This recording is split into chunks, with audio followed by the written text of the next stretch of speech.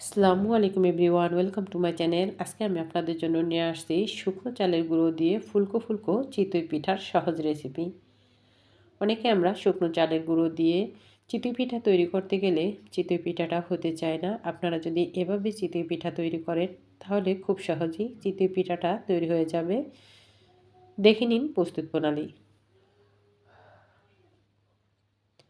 এখানে আমি শুকনো চালের গুঁড়ো নিয়ে নিয়েছি 4 কাপ। দিয়ে দিচ্ছি স্বাদ মতো লবণ। দিয়ে আমি চালের গুঁড়াটার সাথে লবণটা একটু মিক্স করে নিচ্ছি। আপনারা যে যেই পরিমাণ চিতই পিঠা তৈরি করবেন ওই পরিমাণ চালের গুঁড়াটা বাড়িয়ে কমিয়ে নিতে পারেন। এখানে আমি দিয়ে দিচ্ছি পানি। পানিটা এখানে গরম পানি আমি দিয়েছি। কুসুম গরমের থেকেও একটু বেশি হবে, ফুটন্ত গরম পানি না, কুসুম গরমের থেকে একটু বেশি হবে পানিটা। এরকম গরম পানি আমি দিয়েছি। দিয়ে অল্প অল্প পানি দিয়ে আমি একটি লিকুইড ব্যাটার তৈরি করে নিব। আর এই তো দেখুন আমি ভালোভাবে নেড়েচেড়ে নিচ্ছি। এই চালের গুঁড়োটা যত নাড়াচাড়া ভালো হবে পিঠাটা ততই ভালো হবে। এভাবে আমি গরম পানি দিয়ে এভাবে নেড়েচেড়ে আমি এটাকে ঢাকনা দিয়ে ডেকে রেখে দিব 1 ঘন্টার মতো। যেহেতু এটা শুকনো চালের গুঁড়ো, এভাবে একটু গরম পানিতে চালের গুঁড়াটা ভিজিয়ে রাখলে পিঠাটা খুব সুন্দর হয় আর খুব সুন্দরভাবে ফুলে ওঠে। আর এই তো দেখুন ব্যাটারটা একদম রেডি। এখন আমি ডেকে রেখে দিচ্ছি সাইডে 1 ঘন্টার জন্য। 1 ঘন্টা পরে 1 ঘন্টা পরে আমি ঢাকনাটা খুলে আবার একটু দেখিয়ে দিচ্ছি ব্যাটারটার ঘনত্বটা কীরকম আছে। আমি আবারও কিছুক্ষণ একটু নেড়েচেড়ে নিচ্ছি। নেড়েচেড়ে নিয়ে এখন আমি এটাকে ব্লেন্ড করে নিব। এভাবে চালের গুঁড়া ভিজিয়ে রেখে একটু ব্লেন্ড করে নিলে আর পিঠা তৈরি করার কোনো ঝামেলাই থাকে না, খুব সহজেই এই পিঠাটা তৈরি হয়ে যায়। আর এই তো দেখুন আমি ব্লেন্ড করে নিচ্ছি ব্যাটারটাকে।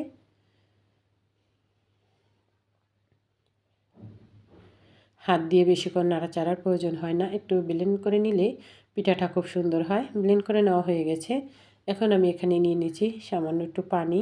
পানির সাথে দিয়ে দিচ্ছি 1 টেবিল চামচ তেল। তেলটা দিয়ে আমি একটু চামচ দিয়ে তেলের সাথে পানিটাকে মিক্স করে নিচ্ছি। নিয়ে এরকম একটু পাতলা কাপড় নিয়ে নিয়েছি। যে খোলাটাতে আমি পিঠা তৈরি করব সেই খোলাটা এভাবে একটু তেলের পানি দিয়ে মুছে নিলে খোলাটা থেকে খুব সহজেই পিঠা উঠে যাবে। আর এই তো দেখুন আমি খোলাটাকে একটু সুন্দরভাবে মুছে নিচ্ছি। আর খোলাটা আমি আগে থেকেই চুলায় দিয়ে রেখেছিলাম যাতে এটা আস্তে আস্তে গরম হয়ে যায়। আর এই তো দেখুন মুছে নেওয়া হয়ে গেছে। এখন আমি দিয়ে দিব যে লিকুইড ব্যাটারটা আমি ব্লেন্ড করে নিয়েছিলাম সেটা দিয়ে দিচ্ছি। দিয়ে এখন আমি এটাকে ঢাকনা দিয়ে কিছুক্ষণ রেখে দিব যতক্ষণ না পর্যন্ত পিঠাটা হয়ে যায়।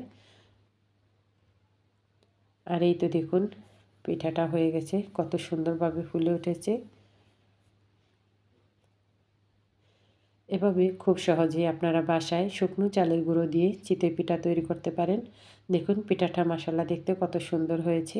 এভাবে আমি সবগুলো পিঠা তৈরি করে নিয়েছি। আর চিতই পিঠাটা খেতে কিন্তু দারুণ লাগে। দেখুন পিঠাগুলো কত সুন্দর হয়েছে। আর চিতই পিঠার সাথে ভর্তা হলে তো কোনো কথাই নেই। আমি এখানে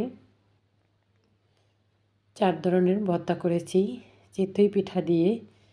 শীতের সকাল বা বিকেলে ভর্তা দিয়ে চিতই পিঠাটা খেতে দারুণ লাগে। আপনারা এভাবে একবার হলেও চিতই পিঠাটা বাসায় তৈরি করবেন। সবাই ভালো থাকবেন।